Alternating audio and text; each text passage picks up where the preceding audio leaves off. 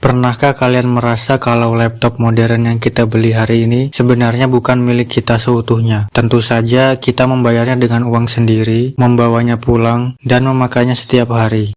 Tapi ada perasaan aneh yang mengganjal. Kita tidak benar-benar memilikinya. Kita tidak diizinkan membuka jeroannya, dilarang memodifikasinya, dan hampir mustahil memperbaikinya sendiri jika ada kerusakan kecil. Semuanya dilem rapat dan serba tertutup. Bagi seorang kreator dan mekanik di balik channel Jangbu, rasa ini sangat mengganggu. Di awal masa pelatihannya di bengkel kerja, salah satu pelajaran paling mendasar yang ia pelajari adalah cara membuat alat kerjanya sendiri dari bahan mentah. Ada kepuasan mendalam yang sulit dijelaskan saat kita membentuk sepotong material menjadi perkakas yang setiap hari kita gunakan. Kita mempercayai alat itu dengan cara yang berbeda, karena kita tahu setiap inci bagian di dalamnya. Dari situlah muncul sebuah pertanyaan liar, bagaimana kalau komputer kerja masa depan kita buat dengan filosofi yang sama? Bukan berarti mencetak silikon mikroprosesor sendiri dari pasir, melainkan merangkai komponen elektronik yang ada di pasaran, lalu membungkusnya ke dalam satu kesatuan sistem yang bisa kita bongkar, perbaiki, upgrade, dan banggakan sebagai milik kita seutuhnya. Konsep ini di dunia teknologi dikenal sebagai cyberdeck. Proyek ini dimulai dari eksperimen paling sederhana, sebuah papan sirkuit Raspberry Pi, layar mini, keyboard, dan sistem operasi Linux. Sebelum mendesain bodinya, Jangbu harus menjawab keraguan penting. Apakah dia benar-benar bisa bekerja memakai Linux? Karena sebelumnya dia belum pernah memakai sistem operasi ini secara harian. Dia mencoba memasang FreeCID, membuka blueprint teknik, browsing internet, dan ternyata sistemnya mampu menjalankan tugas dengan sangat baik. Setelah terbukti fungsional, langkah berikutnya adalah merancang fisik keluarnya. Menariknya, meskipun sehari-hari dia menghabiskan ratusan jam di software 3D CID, Jangbu justru memilih memulai purwarupa menggunakan kardus, lem tembak, dan gunting. Mengapa kardus? Ada satu alasan krusial, yaitu kardus tidak bisa membohongi kita. Ketika mendesain langsung di layar komputer dalam bentuk 3D, sangat mudah membuat ilusi bentuk yang terlihat keren, tapi mustahil bekerja atau sangat tidak ergonomis di dunia nyata. Namun dengan memegang potongan kardus langsung di tangan, kita seketika tahu apakah sudutnya pas, tombolnya terjangkau, atau dimensinya terlalu tebal. Di tengah proses merakit kardus, terjadi dua titik balik besar yang menentukan arah keseluruhan proyek ini.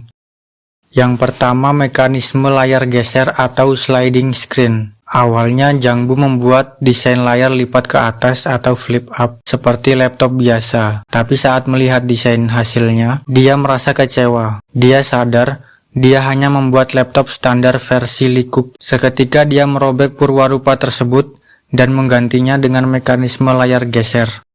Perubahan ini seketika mengubah karakter perangkat menjadi sebuah cyberdeck sejati. Yang kedua, beralih dari satu bodi menjadi sistem modular. Semakin matang desain bodinya, ia merasa perangkat itu terlalu kaku dan tidak bisa beradaptasi jika kebutuhan kerjanya berubah. Tanpa ragu, dia mengambil gergaji, memotong bodi kardus tersebut menjadi beberapa bagian, dan mengubahnya menjadi sistem modular.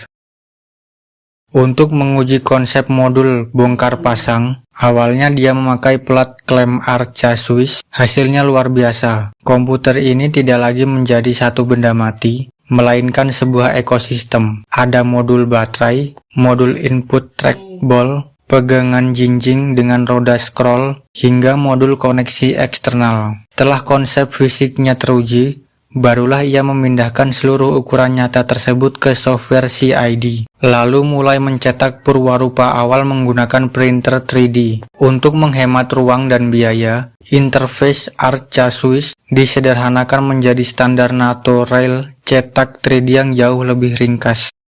Namun, transisi dari konsep kardus ke perakitan mekanis presisi tidak berjalan semudah membalikkan telapak tangan. Ketika dia mulai merancang mekanisme layar geser, masalah demi masalah mulai bermunculan. Awalnya dia mencoba mencetak glide bearing sendiri dari plastik di layar CID.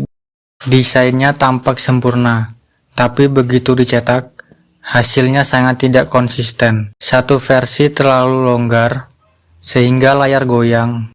Versi berikutnya diberi penguat baut malah terlalu seret dan macet saat digeser.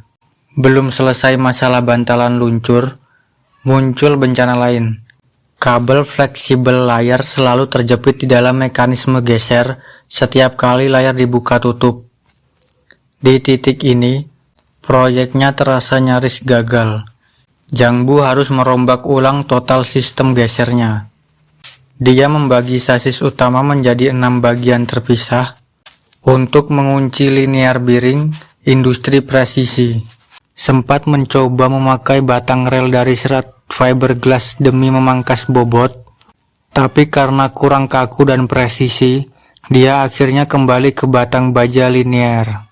Dan untuk urusan kabel yang terjepit, dia mengadopsi solusi dari mesin CNC, memasang rantai kabel mini untuk memandu kabel data HDMI dan jalur daya secara aman tanpa resiko tertekuk atau terjepit. Setelah mekanisme geser bekerja mulus, saatnya beralih ke tahap produksi final.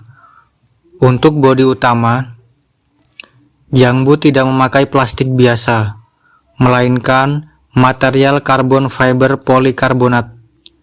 Material komposit ini sangat kaku, presisi, dan yang terpenting tahan panas tinggi. Komputer ini tidak akan melengkung atau rusak meski ditinggal di dalam kabin mobil yang terik di siang hari. Proses perakitan dilakukan dengan perhitungan urutan kabel yang sangat presisi. Otak komputer menggunakan Raspberry Pi 5, bagian sirip pendingin bawaannya harus sedikit dipangkas agar modul konverter daya muat di dalam sasis sempit. Dia meminimalisir penyolderan permanen langsung ke papan board dan memilih konektor kabel agar Raspberry Pi mudah dicopot dan diganti jika perlu di-upgrade. Keyboard mechanical custom dipasang dengan toleransi sangat rapat. Bobot keyboard mechanical ini secara cerdas berfungsi sebagai penyeimbang terhadap beban layar geser di atasnya. Modul daya ditenagai baterai kamera Sony NPF yang diturunkan tegangannya ke 5 volt stabil. Sedangkan untuk modul kursor, dia membedah jeroan mouse Logitech Trackman Marble dan menyambungkannya ke tombol taktil industri. Karena modul pegangan dan gantungan tali selempang harus menahan beban berat, bagian ini tidak dicetak plastik, melainkan dibuat dari aluminium padat hasil pembubutan presisi.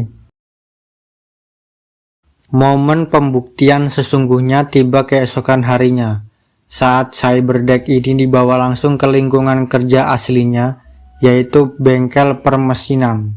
Dengan sistem rel di bodinya, komputer ini bisa langsung diklaim kuat pada mesin milling.